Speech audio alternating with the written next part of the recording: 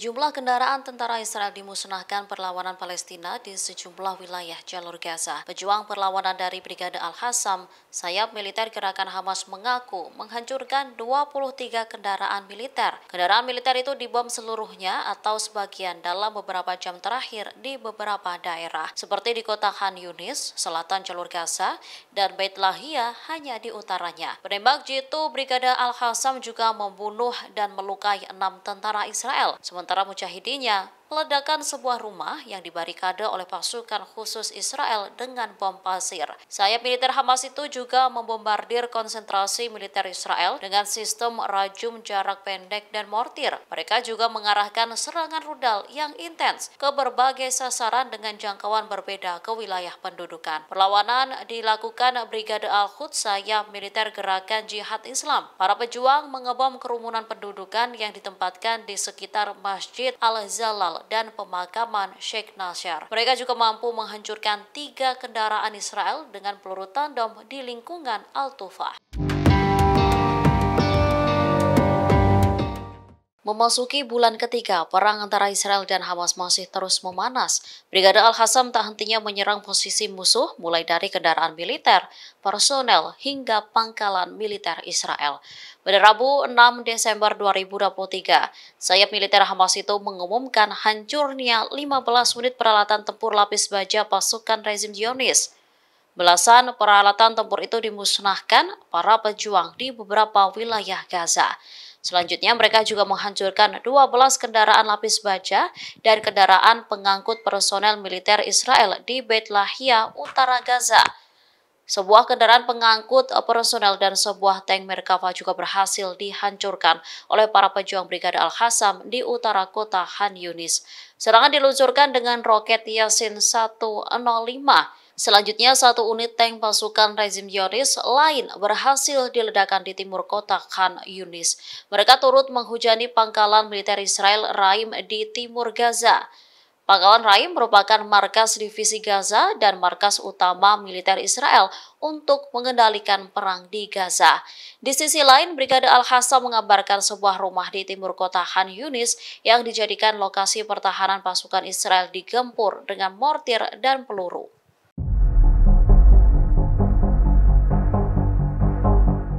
Juru bicara Angkatan Bersenjata Yaman, Brigadir Jenderal Yahya Saree, mengumumkan peluncuran sejumlah rudal balistik terhadap sasaran militer pendudukan di wilayah al-Rash. Penyerangan itu diumumkan pada Rabu 6 Desember 2023 melalui akun X, yang menegaskan bahwa Angkatan Bersenjata Yaman terus melakukan operasi militer melawan musuh Israel. Mereka juga akan melakukan berbagai upaya untuk mencegah kapal-kapal Israel di Laut Merah dan Laut Arab. Sementara media Israel mengonfirmasi adanya pencegatan sebuah rudal di langit Eilat di selatan Palestina yang diduduki. Rezim Zionis membenarkan rudal tersebut diluncurkan dari Laut Merah. Para pemukim Eilat mengaku mendengar suara ledakan sebanyak 2 kali. Di satu sisi, Menteri Pertahanan di pemerintahan Sana'a, Mayor Jenderal Muhammad Nasir Al-Atefi kembali mengungkap posisinya terkait kemaritiman di Laut Merah. Ia meyakinkan semua negara di dunia bahwa Laut Merah adalah wilayah yang aman untuk navigasi. Namun mereka menekankan bahwa setiap kapal entitas Zionis di Laut Merah akan disita atau diserang. Dia juga menekankan kelanjutan serangan rudal dan serangan pesawat tak berawak terhadap sasaran apapun milik pendudukan. Serangan dilakukan sampai mereka menghentikan agresinya terhadap Gaza.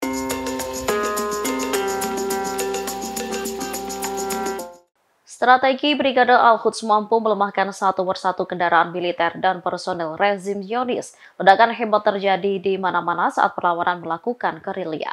Dikutip dari Pars Today, Brigade Al-Quds terlibat pertempuran sengit dengan pasukan rezim Zionis di selatan jalur Gaza. Dalam pertempuran itu, beberapa kali ledakan hebat dan beruntun terdengar dari sejumlah wilayah selatan Gaza. Juru bicara Brigade Al-Quds Abu Hamzah lantas mengumumkan pencapaian para pejuangnya.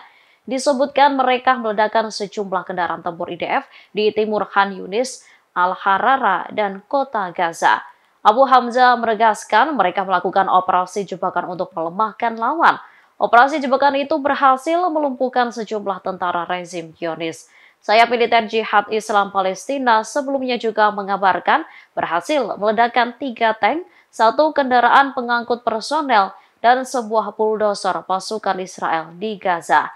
Serangan-serangan tersebut dilakukan oleh Brigade Al-Quds dengan menggunakan rudal-rudal panggul Manpads.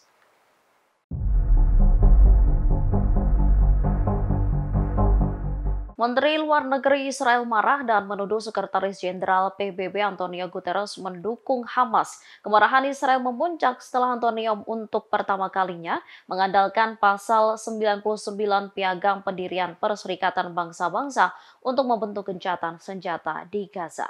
Diketahui ini pertama kalinya Antonio menggunakan pasal 99 Piagam PBB selama menjabat sebagai Sekretaris Jenderal PBB. Melalui akun X-nya, Antonio menyebut jika saat ini dunia tengah menghadapi bahaya besar runtuhnya sistem kemanusiaan.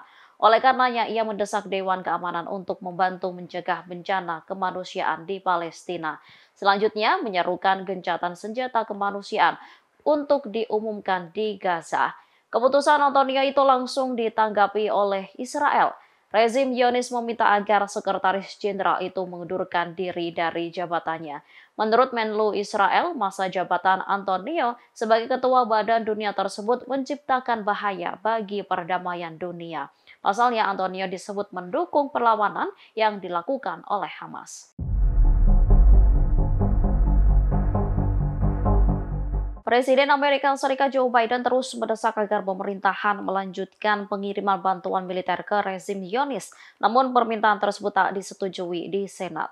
Menurut laporan kantor berita internasional Fars bahwa rancangan undang-undang anggaran yang diminta oleh Gedung Putih untuk melanjutkan bantuan militer ke Ukraina dan rezim Zionis tidak disetujui di Senat. Oleh karena itu, para senator Partai Republik memblokir persetujuan atas permintaan anggaran Gedung Putih sebesar 106 miliar dolar Amerika Serikat untuk Kiev dan Tel Aviv. Alasannya karena ketentuan mereka mengenai reformasi imigrasi tidak termasuk dalam rencana tersebut. Salah satu dari 51 senator yang memberikan suara menentang rencana ini adalah Senator Demokrat Bernie Sanders. Ia melawan 49 suara yang mendukung pengiriman bantuan ke Kiev dan Tel Aviv.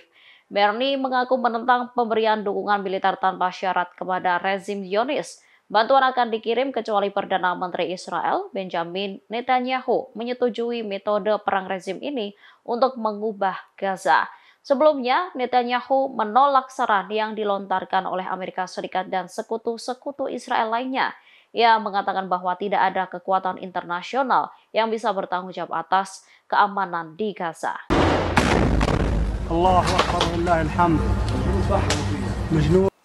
Sayap militer Gerakan Perlawanan Hamas Brigade Al-Qassam terlibat pertempuran sengit dengan pasukan pendudukan Israel di lingkungan Al-Shujaiyah. Tank-tank militer Israel meledak lalu terbakar satu persatu. Brigade Al-Qassam merilis rekaman yang belum pernah dilihat sebelumnya dari lingkungan Shujaiyah, salah satu lingkungan terbesar di Gaza. Rekaman tersebut menunjukkan pejuang Al-Qassam bergerak melalui bangunan yang hancur. Selanjutnya mendekati tank Israel membawa RPG anti-tank Yasin 105 yang terkenal. Setelah senjata itu diluncurkan, tank-tank rezim Zionis langsung meledak. Bahkan kendaraan militer tersebut terbakar seluruhnya. Mereka juga menargetkan bulldozer yang melewati daerah tersebut sebelum menyerang kelompok tank lainnya. Kondisi di wilayah tersebut tampak keos setelah ledakan tank terjadi di mana-mana.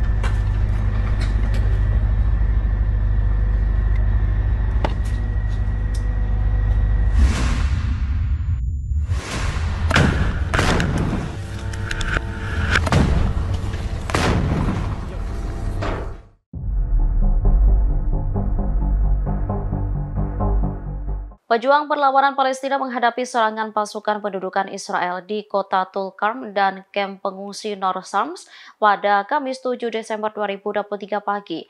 Dua militan bergabung dan meledakkan kendaraan militer Israel. Pasukan pendudukan Israel menyerbu kamp pengungsi Tulkarem dan Nor Shams dari barat dengan mengerahkan sejumlah kendaraan militer dan bulldozer. IDF juga mengerahkan penembak jitu di atap-atap bangunan di sepanjang Jalan Nablus. Di kamp Nor Shams, pendudukan menggerebek rumah-rumah warga. Sementara itu, bulldozer Israel terlihat meratakan jalan di pintu masuk kamp dan menghancurkan infrastruktur di sana. Diketahui ini menjadi serangan kedua di kamp Nor Shams sejak dimulainya agresi Israel di Gaza pada 7 Oktober. Brigade Martir Al-Aqsa dan Brigade Tulkarem langsung melakukan penyerbuan. Mereka mengumumkan bahwa para pejuangnya menargetkan dua tentara Israel di lingkungan Al-Matar di kamp Tulkarem. Pada saat yang sama, pejuang perlawanan Palestina meledakkan alat peledak di dekat bulldozer militer Israel. Download Tribun X sekarang, menghadirkan lokal menjadi Indonesia.